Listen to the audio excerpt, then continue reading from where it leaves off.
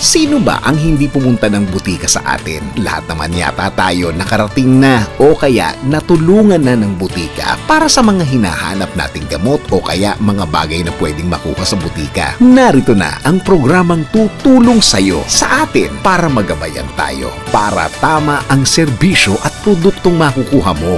Ang Botika ni Tita. Kasama si Tita Maru Pahati Sarne. Kaagapay ang mga ekspertong magbibigay gabay sa mga gamot, supplement o kaya kahit na anong produktong pwedeng mabili sa loob ng butika. Kinig na sa DWIZ Manila, DWIZ News FM Nationwide at panoorin sa Aliw 23, DWIZ Facebook at YouTube. Magpagaling at magpa-healthy kasama ang Botika ni Tita. Kung ang pharmacist kayang bumasa ng sulat kamay ng doktor, ang inyong tita kaya magtanong sa doktor. Yung mga iniisip nyo pa lang, aba, itinatanong na natin yan. Welcome po sa Butika ni Tita. I am your Tita Maru Pahati Sarne. Ngayong araw na ito, pag-usapan po natin ang tungkol sa Hika! Nako, maraming inaatake lalo na ngayong malamig-lamig na ang panahon. So mamaya pag-usapan po natin yan. Pero bago ang lahat, dito muna tayo sa ating health capsule. Walang idinudulot na problemang neurological o psychological ang paggamit ng semaglutide sa paggamot ng type 2 diabetes at obesity. Sa halip, lumabas sa pag-aaral ng mga mananaliksik sa University of Oxford na ang semaglutide na may brand name na Ozempic at Wegovy ay nakakapagpababa pa ng panganib ng demensya at nababawasan din ang craving sa nicotine. Ang semaglutide ay isang GLP-1 medication na ginagamit laban sa type 2 diabetes at obesity. Isa pa sa na itutulong nito ay nababawasan ang panganib ng pagkamatay dahil sa cardiovascular problem. Ang ilan lamang sa side effects ng semaglutide ay nausea, diarrhea, pagsusuka, pananakit ng ulo, pagtitibi. Bihira na nagiging dahilan ito ng malalang side effect tulad ng pancreatitis, gallstones at gastroparesis o stomach paralysis. Isang espesyal na episode po. Ito pong bahagi na ito na hatid po sa atin ng leading integrated research-led global pharmaceutical company na Glenmark Philippines.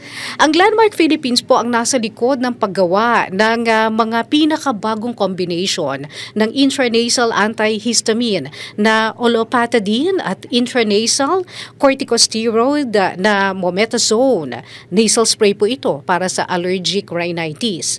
Kaya bago po matapos ang buwan na ito kung saan isineselebrate po natin ang National Allergy Day noong pong July 8 ay ating pag-uusapan naman ngayong araw na ito ang tungkol po sa asthma.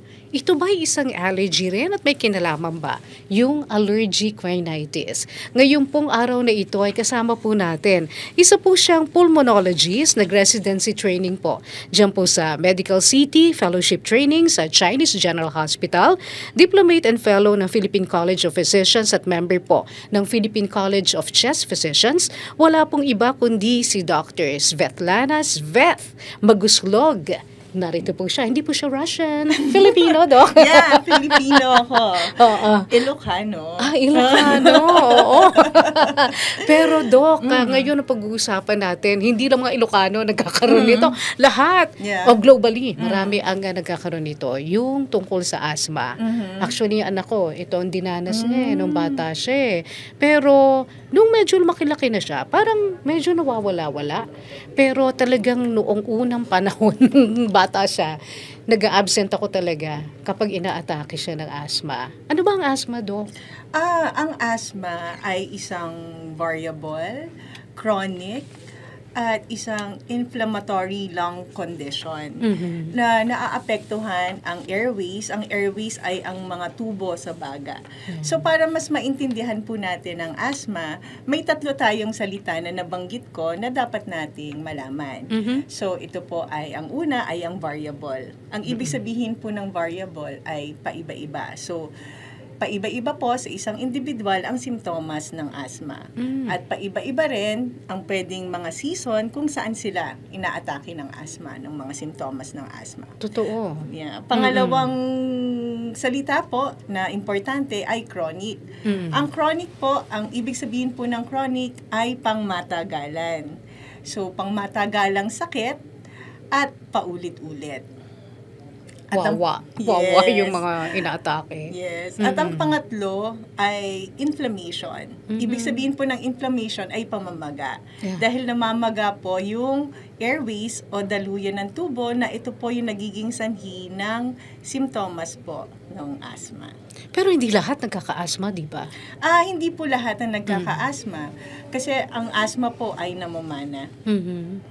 Yung pag kunyari, yung mga magulang mo lang, yung nagka-asthma, kaya ka magkakaroon, o kahit dun sa mga ninuno Pwede mo? po, yes. Basta Okay. nasa family nyo. Okay. Ano yan? Anatomical ba yan? Yung pagkakabuo ba ng mga airways mo ang dahilan? Yung mga cells yan. Yung mga cells natin po yan. Oo. Kasi nung bata nga yung anak Yung ko. mga genes. Oo. Sabi naman kasi tinanong ko yung asawa ko, ikaw ba may lahi ka ng asthma? Ang sabi niya, nagkaroon daw siya ng PTB nung siya iba ay naman bata. po yung TB. Infection so, po. walang kaugnayan kung nagkaroon ka ng bronchopneumonia, PTB nung bata ka. Iba naman po Oo. yung pneumonia, iba po yung TB, iba po yung asthma. So, yung asthma po is airways po yon, yung sa daluyan ng hangin. Ang pneumonia po at TB, infection po ito. Okay. So, anong gagawin? Kasi nakakaawa talaga yung mga inaatake. Siguro yung simptomas muna, Dok. Ano yung mga parang makikita natin na itong indikasyon na ito na, magkaka-asthma na siya?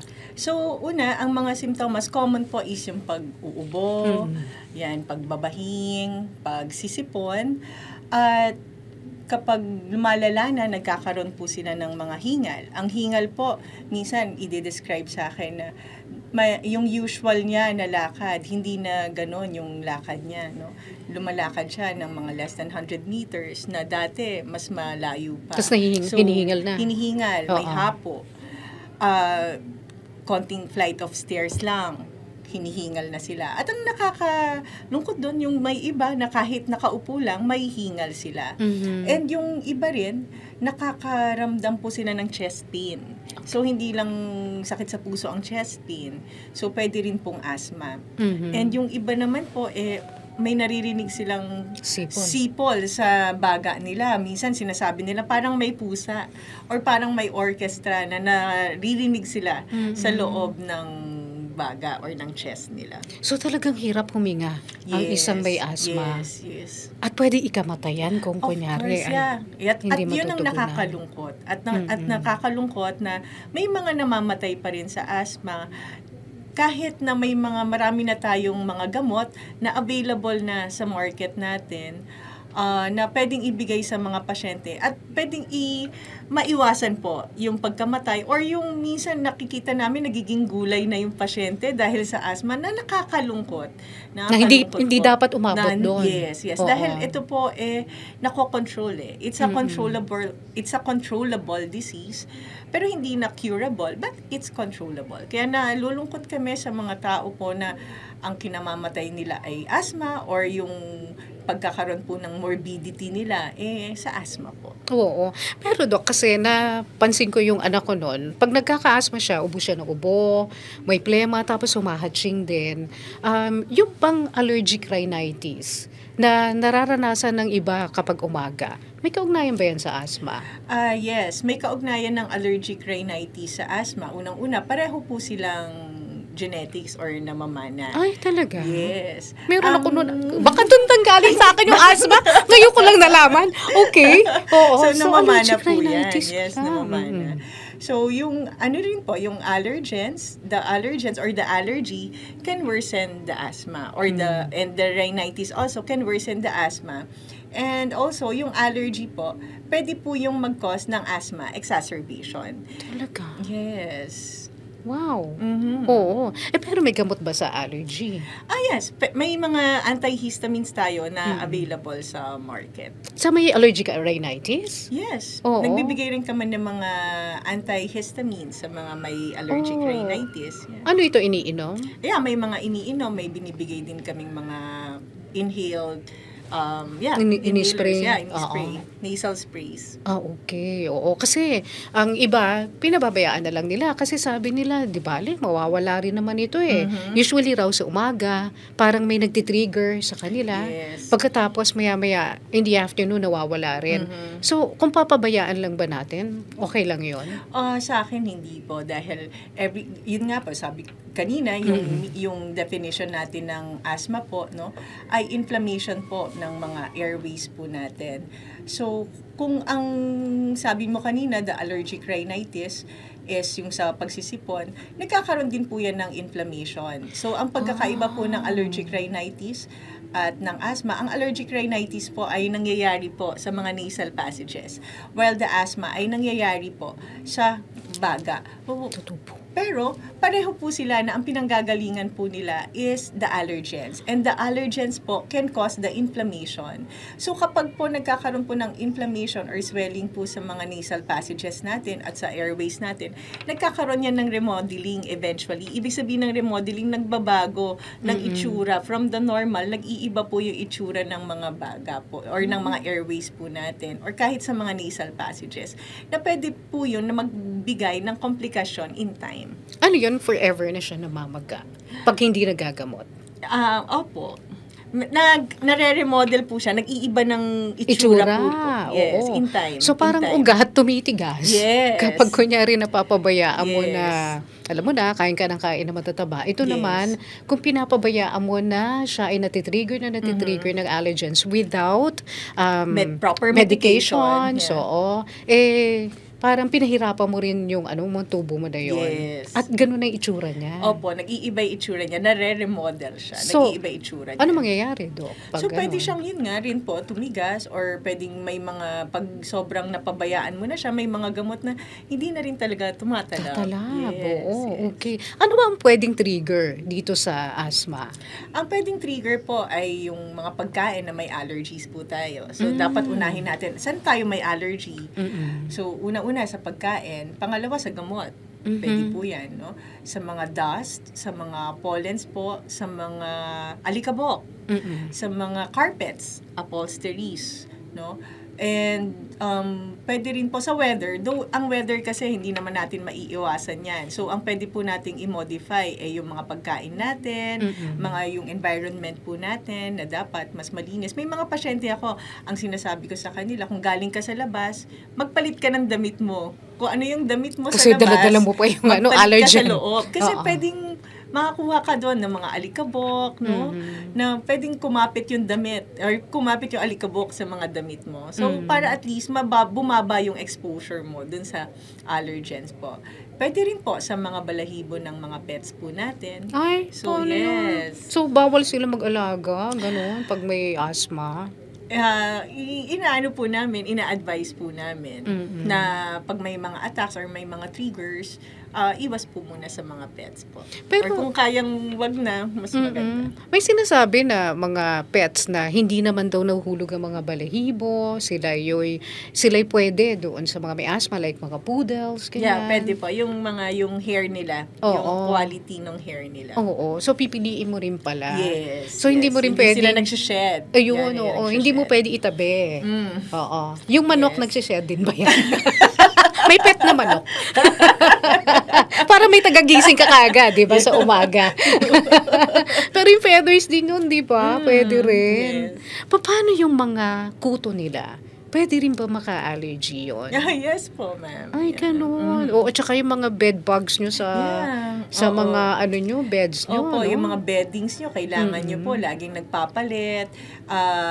Yung sa mga unan. Oo. Nakaka-cause din yan ng mga allergies, ma'am. Actually, yung iba, sabi nga nila, perfume daw. Yes. Nakaka-allergy rin. Oo. Sobrang bango at sobrang baho, nakaka-allergy po. So, paano yun, Doc? Kasi may mga gamot naman ngayon, di ba, na pwedeng kumontrol nga doon sa pamamaga ng iyong tubo. Paano kung kunyari, naggagamot ka na, pwede ka na ba magpabango? Pwede ka na ba magpet? O hindi pa rin? Mas maganda kung wag na lang. Iwasan na lang din Iwasan muna. na lang po. Oo. Pero syempre, kailangan talaga yung gamot para gumaling ka. Yes, Oo, makontrol. makontrol. Po. Kasi Oo. andun na siya eh. Nasa genes mo na yan. And you cannot fight with your genes, di ba? So, but you can control yung mga symptoms with the right treatment po. Okay. Dok, bakit yung iba kinakailangan pa mag-inhaler? So sa mga inhalers naman po, so marami po kasi tayong mga gamot na sa asthma. So may mga sinasabi tayong mga relievers and the controllers. So yun po yung dalawang klase ng mga inhalers po natin, the relievers and the controllers. So yung mga relievers po, from the word reliever, pang-relief po siya ng mga symptoms po natin. While the controllers po, pang-control po ng exacerbation.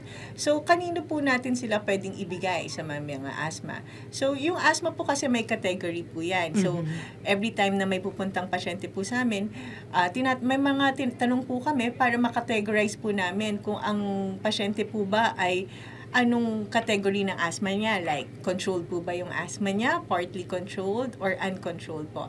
So yung mga tinatanong po namin ay ilang beses po ang mga simptomas nyo or daytime symptoms nyo, yung sa gabing symptomas nyo po, or ano po yung may mga limitation po ba kayo ng mga activities or movements, then ilang beses po kayo nagre-rescue doses ng relievers po. So yung mga relievers po natin na inhalers are the salbutamol, the ipratropium salbutamol, na bibili po ito by nebule, na ginagamit po sa nebulizer, or meron din pong mga inhaler po. So, yung mga controller naman po, mga long-acting po yan, kasi yan po yung nagko-control ng asthma natin, na in combination na rin po with the inhaled corticosteroids.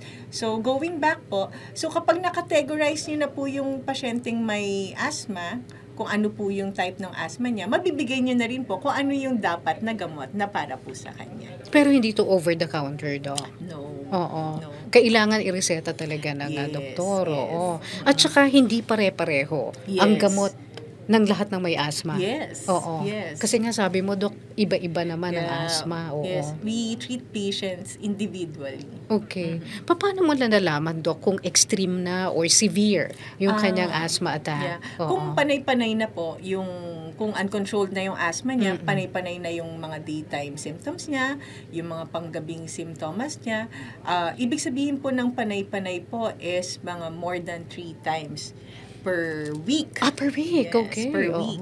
So, yun po yung uncontrolled asthma. Okay. Pero gumagaling naman. I mean, nahihinto Nako-control naman. Po. Nako-control. Oo. Pero hindi na Basta po tayo gamutin lang. gagaling. Oo. Hindi, we cannot Kinikerry the na asthma. natin yan Yes, forever. Yes. It's not curable, but it's controllable. Oo, akala ko pa naman, sabi nila, ma-outgrow mo rin yan. No, hindi po natin ma-outgrow yung no. asthma. Pero makokontrol po natin yung mga symptoms. So, pag na-control po natin ang mga symptoms, ang maganda po nito, kung makontrol natin yung mga symptoms, mapre-prevent po natin yung further deterioration of lung function po natin. Because as we age, nagdi-decrease ang lung function natin. And aging is inevitable. But, the symptoms po ng asthma, pwede po nating makontrol yun. Tapos nagve-vape ka pa.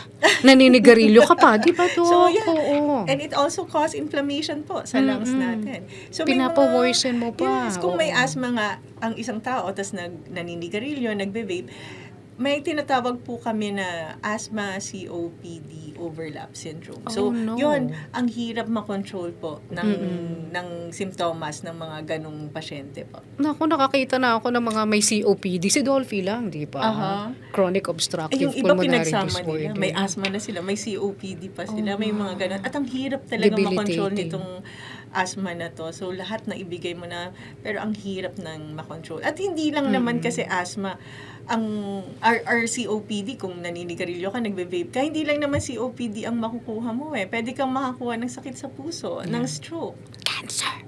Di ba? Yeah.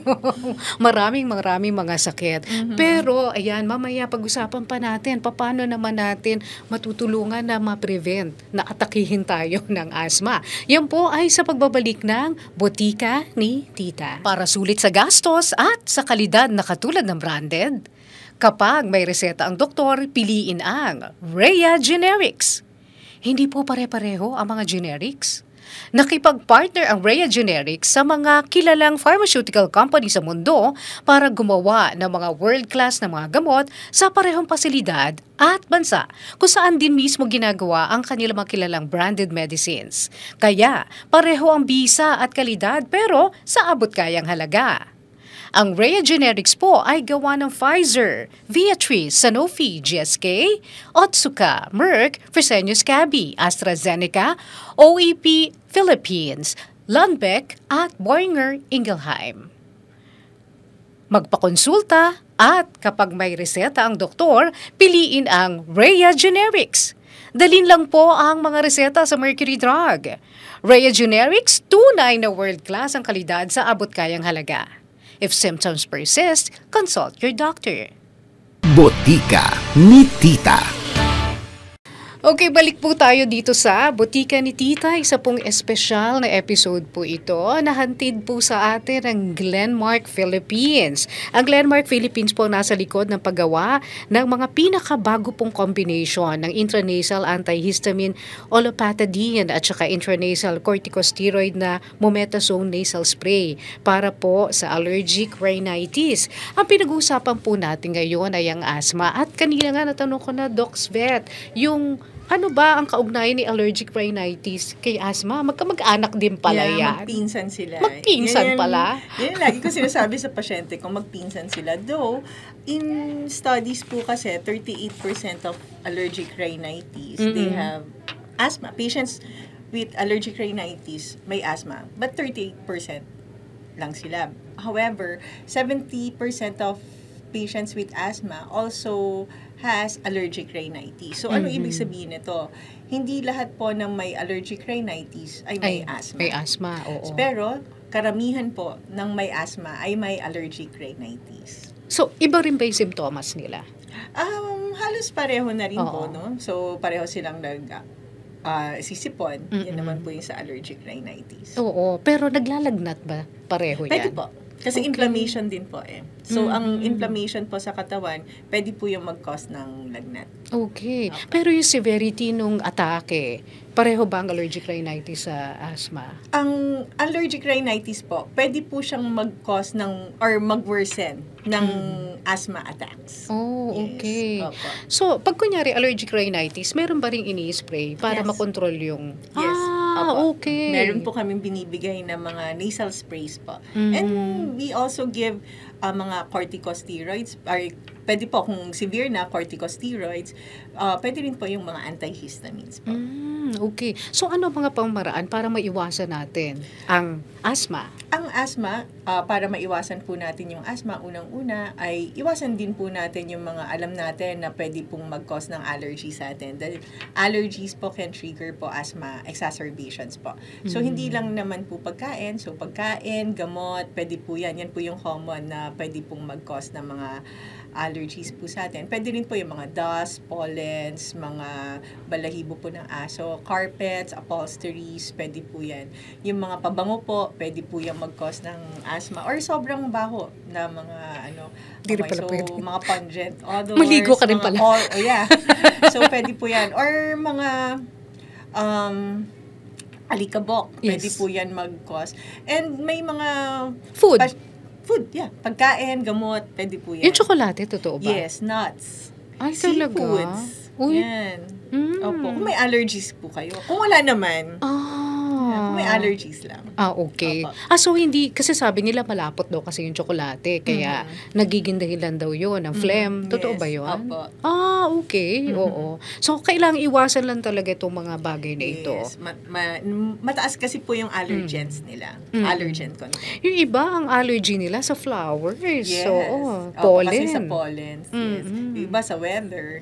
So, talagang aalamin mo lang kung ano Yes, itong kung mga saan ka po allergies mo may na ito. allergy. Yes, ma'am. Kasi hindi pwedeng ma-expose ka palagi dahil parang pinahirapan mo yung Yes. iyong baga. Opo, parang sinasubject mo siya into continuous harmful stimuli. So, kapag ganun po ang nangyayari, nagre-remodel yung mga nasal passages natin, not also the nasal passages, as well as the airways po natin sa baga. So, anong komplikasyon, Dok, pag kunyari napabayaan natin itong asthma? Kaya, pag napabayaan natin yung asthma, pwede pong mag-cause po ng further decline ng lung function. So, sa pagtumatanda nga po tayo, nagde-decline na yon. Hindi natin maiwasan tumanda. Pero maiwasan po natin yung mga simptomas ng asthma. And kapag parati po ang pagsimptomas ng asthma, mas mabilis po mag-decline yung lung function po natin. So, isa po yun sa mga komplikasyon. Nagre-remodel po kasi yung mga tubo. So, pwede rin po na recurrent yung infection, like pneumonia po, no? So, yun po yung mga isa sa mga komplikasyon. At hindi lang po sa baga ang komplikasyon po ng asthma. So, kapag may inflammation po kasi sa loob ng katawan natin, pwede rin pong maapektuhan yung mga blood vessels natin. So, yung mga blood vessels po natin, nagkakaroon po sila ng plaque formation, which tawag po doon is the atherosclerosis. Pag kumakapal po yun, nagkakaroon po ng obstruction. So, yung mga daloy po ng mga dugo, nagkakaroon po ng problema. So, hindi lang po sakit sa puso ang pwede pong maidulot nito. Pwede rin po itong maging sanhi ng stroke, or pwedeng yung pagtaas po ng blood pressure po natin. So, yun po yung isa sa mga komplikasyon po ng asthma pag napabayaan po natin. So, and yung mga may asthma po, they are likely to have arrhythmia. Ang arrhythmia po is the irregularities po ng puso. So, sabi nga nila, patient who has asthma, 1.5 times ang likelihood nila to have atrial fibrillation. Ibig sabihin yung pagiging irregular ng heart rates nila. Hindi lang din po sa isang tao po na the usual na asthma patients, ganun din po sa mga buntis. May mga komplikasyon din po ang asthma sa mga buntis. So, as lumalaki po yung tiyan natin, pag buntis po tayo, yung diaphragm kasi natin nag-iiba yung shape. So, yung diaphragm kasi pantulong din. Pantulong din yan sa paghinga natin. So, mas lalo pong nagkakaroon sila ng exacerbation ng asthma during pregnancy.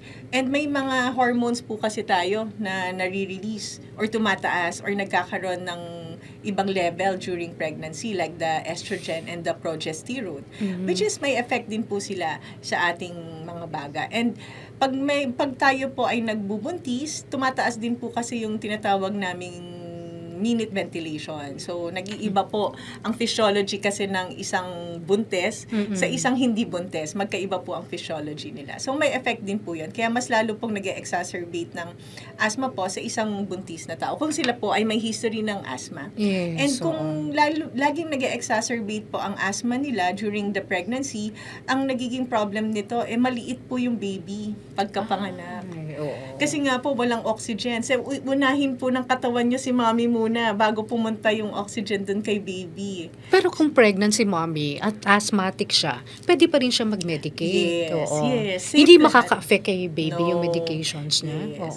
So, ina-advise namin na mag-inhaler po yung mga buntes, yung mga inhalers po na may mga long-acting bronchodilators and inhaled corticosteroids po. Yung mga controllers na tinatawag po namin. So, kapag uncontrolled kasi yung asthma ni mommy, mababa, malaki yung chances na maliit si baby. At ang nagiging problem pa nito, baka magkaroon po ng eclampsia or pre-eclampsia pa si mommy dahil nga tataas yung blood BP. pressure niya. At ang nakakalungkot pa nito, baka during the delivery magkaroon ng complication, magkaroon ng morbidity or mortality during the delivery. Baka hindi lang si mommy, baka pati si baby. Pareho sila. Kaya I usually advise ng mga pasyente na pregnant na regular din magpa-check up sa pulmonologist kung kayo po ay isang pregnant po na may asthma po para lagi pong na-check po yung inyong lungs during the pregnancy. Pero merong baby pa lang o bata pa lang may asthma na Yes po. Oo. Ngayon, binibigyan sila nga ng mga corticosteroids, inhalers. Yeah. Hindi raw ba nakaka-stunt ng growth yon? Inaano po naman po namin yan. Binibigay naman po namin in the right dose naman po. Okay. Yes. Oo. So, wag matakot. Hindi rin magkaka-muscles. Yeah, at saka hindi naman din po namin siya binibigay ng pangmatagal. Usually naman yung mga steroids naman po na ganyan is the systemic steroids. Pero yung mga Iba inhale yun. po, yung inhaler, ang effect naman po kasi niyan sa lungs lang po. Ayun. Yeah. Okay. Anyway, mamaya, alamin natin paano naman natin makokontak si Dr. Svet. Yan po ay sa pagbabalik ng Botika ni Tita. Okay, balik po tayo dito sa Botika ni Tita. At ngayon, Dok, bago tayo tuluyang magtapos, syempre, gusto namin malaman kung anong payo mo sa ating mga kababayan para maalagaan ang kanilang sarili, lalo na laban sa asthma. Yes. Para po sa mga nakikinig, lagi po nating tandaan that it's the quality, not the quantity of life that matters.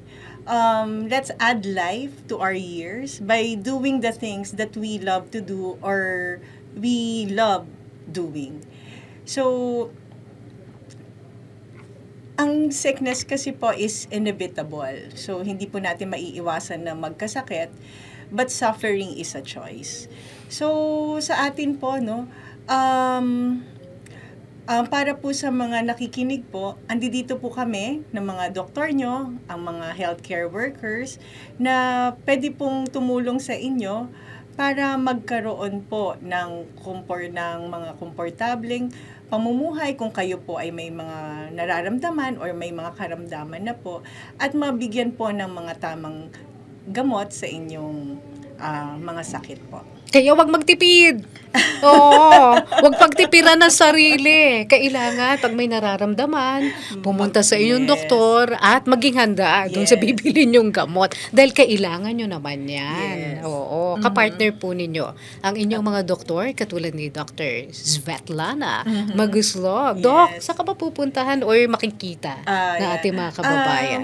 Usually, ang practice ko po kasi ay sa Rizal area, sa San Mateo, sa Marikina, and sa Antipolo po. So nagsiswimming kayo doon, Dok? To go to your patients? May clinic po ako sa The Medical City Clinic, sa Assumption, Antipolo. And sa may Marikina naman, I have clinic po sa St. Vincent, and sa The Medical City Clinic din po sa SM Marikina. And sa Santa Lucia, The Medical City. Then sa San Mateo, I have clinic din po sa Padre Pio Clinic po. Pero may Facebook page ka doon? Kung Yes, gusto ka nilang kontakin doon? Yes, I have Facebook page po, Doc Svet, bali DOC, Doc, then Svet, Sierra Victory Echo Tango Hotel. Doc Svet. Ayan, hanapin nyo lang po sa Facebook. Yes. Oo. At pwede kayong makipag-ugnayan po ron para makapag-set kayo ng appointment. Yes. Diba? Nako, thank you so much, Doc. Talagang kami ay nagpapasalamat dito sa Botika ni Tita. Maraming nalaman ang ating mga kababayan tungkol sa pangangalaga sa sarili, lalo na pag may asthma. Salamat, Dr. Svetlana Maguslog, our pulmonologist. And of course, sa Glenmark Philippines, thank you. Maraming salamat sa inyo. At syempre, para sa tama ang reseta, dito lang po kayo sa Botika ni Tita. I am your Tita Maru Pahati Sarne. Pero babatiin muna natin ang mga nakikinig sa atin at nanonood, katulad ni Uncle. Uncle! Dito. Hello, Uncle! Nanonood daw siya lagi. Dito lang sa Botika ni Tita. Thank you. Ni Tita. Ano pangalan ni Uncle? Uncle Ome. Thank you, Uncle Okay, Ome. sige. At saka sa mga kaibigan natin Yes, sa Glenmark. At saka sa CFA. Ayan, thank you, Alex and Mads. Ayan, thank you so much. At salamat din po sa inyong lahat. Ako po, si Maru Pahati Sarne. Bye! Sino ba ang hindi pumunta ng butika sa atin? Lahat naman yata tayo nakarating na o kaya natulungan na ng butika para sa mga hinahanap nating gamot o kaya mga bagay na pwedeng makuha sa butika. Narito na ang programang tutulong sa'yo sa atin para magabayan tayo para tama ang serbisyo at produktong makukuha mo. Ang Botika ni Tita. Kasama si Tita Maru Pahati Sarne. Kaagapay ang mga ekspertong magbibigay gabay sa mga gamot, supplement o kaya kahit na anong produktong pwedeng mabili sa loob ng butika. Kinig na sa DWIZ Manila, DWIZ News FM nationwide at panoorin sa Aliw 23, DWIZ Facebook at YouTube. Magpagaling at magpa-healthy kasama ang Botika ni Tita.